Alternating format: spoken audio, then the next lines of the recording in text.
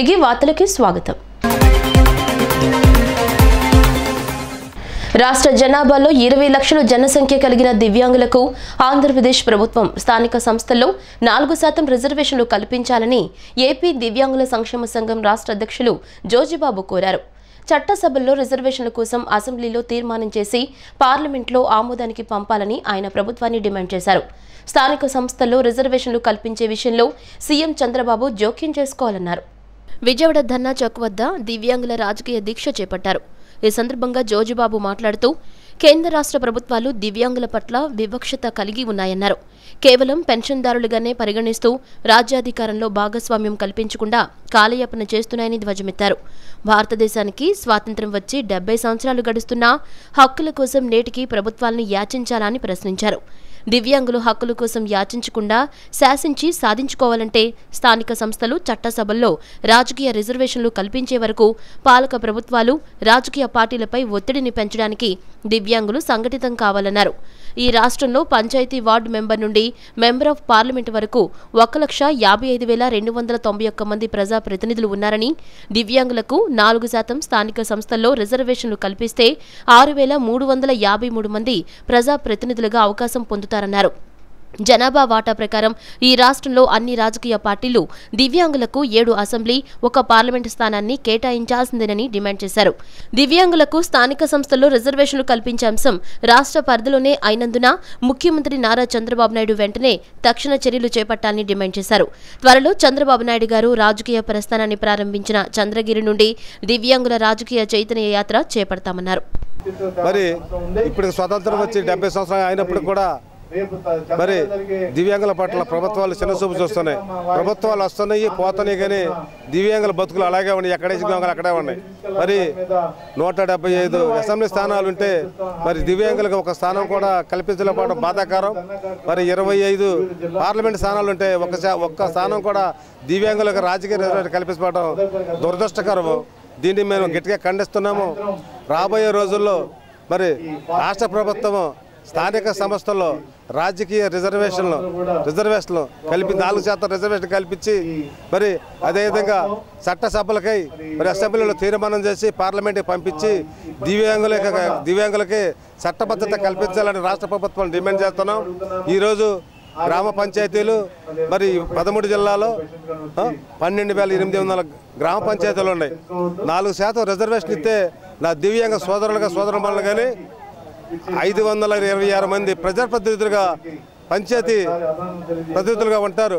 అదేవిధంగా వార్డు నెంబర్లు 1,30,888 వార్డు నెంబర్లు ఉంటే వాళ్ళకు కూడా రిజర్వేషన్ కల్పిస్తే మరి 2,242 మంది వార్డు నెంబర్లుగా ఉంటారు.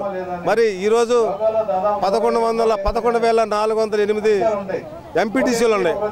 మరి వాళ్ళకి రిజర్వేషన్ కల్పితే దాదాపు సుమారు 2,000 మంది ఎంపీటీసీలు కూడా దివ్యాంగులుగా ఉంటారు.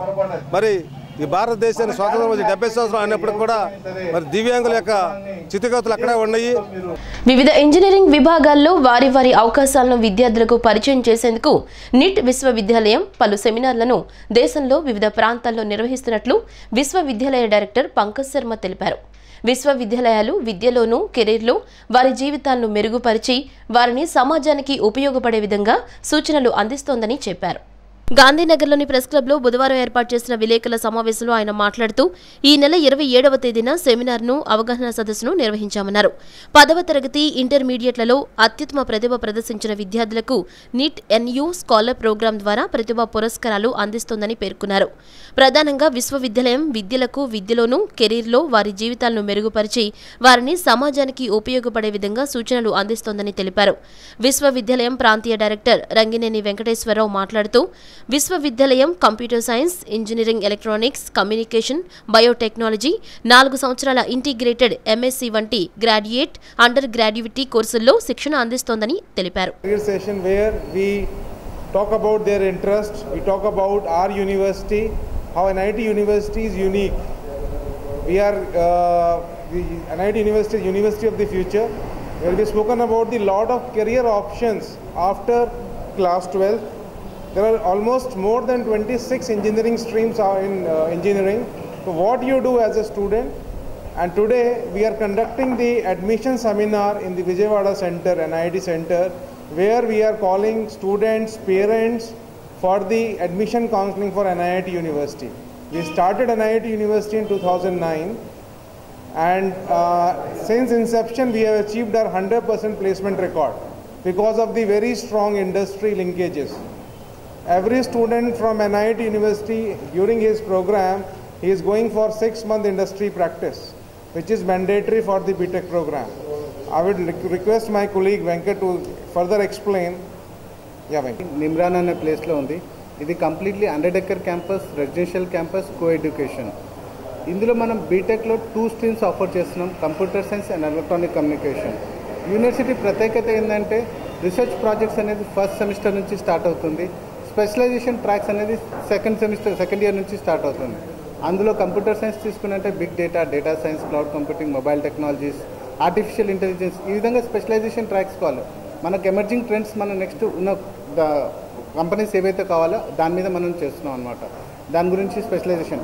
ఇంకోటి ఏంటంటే last semester completely industry practice అని అంటాం. కంపెనీలకు వెళ్ళి వర్క్ చేసి వస్తారు స్టూడెంట్స్. అది మళ్ళీ పెయిడ్ ఇండస్ట్రీ ప్రాక్టీస్ ఉంటుంది. Students will get the opportunities. దాని తర్వాత ప్లేస్మెంట్ ఉంటుంది. 100% సిన్స్ ఇన్సెప్షన్ ప్లేస్మెంట్ ఉంటుంది. ఇక్కడ ఏంటంటే గ్రీన్ క్యాంపస్ అవార్డు వచ్చింది. ఇక్కడ ప్రొఫెసర్ రావు మనకు బిట్స్ పిలాన్ నుంచి వచ్చిన ఎక్స్పీరియన్స్ పర్సన్స్ అక్కడ ఉన్నారు, ప్రెసిడెంట్ ఆఫ్ NIT యూనివర్సిటీ. ఇక్కడ ఏంటంటే స్టూడెంట్స్ని సీమ్లెస్నెస్, ఇండస్ట్రీ నుంచి లింక్డ్ కోర్సెస్ మనకు నడుస్తున్నాయి. Curriculum is totally different when compare to the other students which is going to happen ఇక్కడ local university. That's one of the things we wanted to explain. విద్యార్హత కలిగి కష్టపడి పనిచేస్తున్నా కనీస వేతనాలు చెల్లించకపోయినా విధులు నిర్వహిస్తుంటే తమ పట్ల నిర్లక్ష్యంగా వ్యవహరించడం తగదని AP Sakshar Bharat coordinators contract employees నేత అన్నారు. కేంద్ర రాష్ట్ర ప్రభుత్వాలు అమలు చేస్తున్న బీమా పథకాలు తమకి కూడా వర్తింపజేయాలన్నారు. గత ప్రభుత్వాలు తమని కూడా మోసం చేశాయన్నారు. సమస్య పరిష్కరించకపోతే ఉద్యమం ఉధృతం చేస్తామని హెచ్చరించారు.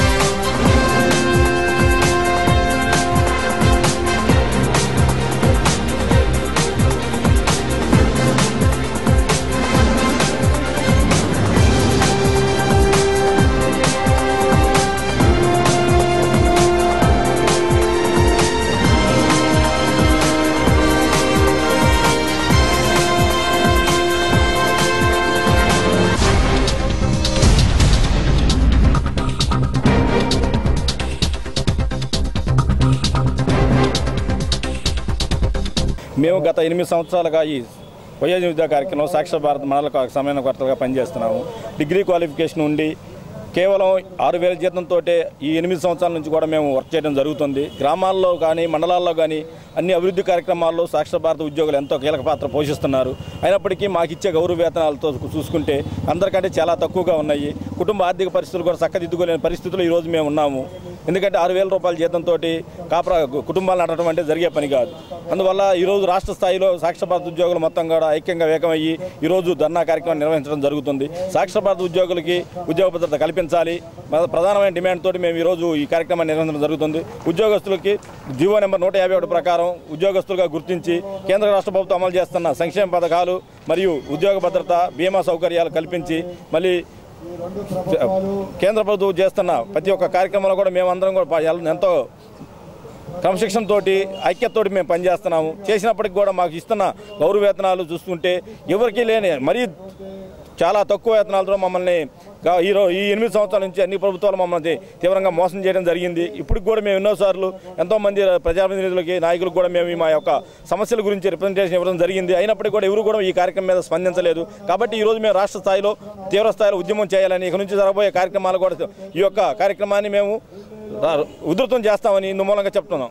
గత 8 సంవత్సరాలుగా మేము సాక్షర భారతి డిపార్ట్మెంట్ సంబంధించి వయోజన విద్యాశాఖలో మేము మండల స్థాయిలో మండల కోఆర్డినేటర్గా ఒకరు, గ్రామ స్థాయిలో గ్రామానికి 2 చొప్పున గ్రామ కోఆర్డినేటర్గా వర్క్ చేస్తున్నాం సార్. వీళ్ళు మొత్తం స్టేట్ వైడ్ వచ్చేసి ఇప్పటికీ గ్రామ కోఆర్డినేటర్లు వచ్చేసి 19,558 మంది ఉన్నారు సార్. అదే మండల కోఆర్డినేటర్ వచ్చేసి స్టేట్ వైడ్ మొత్తం ఏపీ స్టేట్ వైడ్ 504 మంది ఉన్నారు సార్.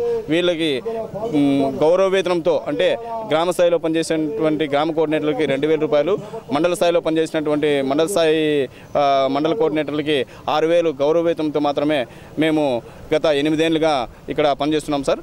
కాబట్టి గతంలో 30 రూపాయల పెట్రోల్ ఉండేది, ఇప్పుడు 80 రూపాయల పెట్రోల్ అయింది.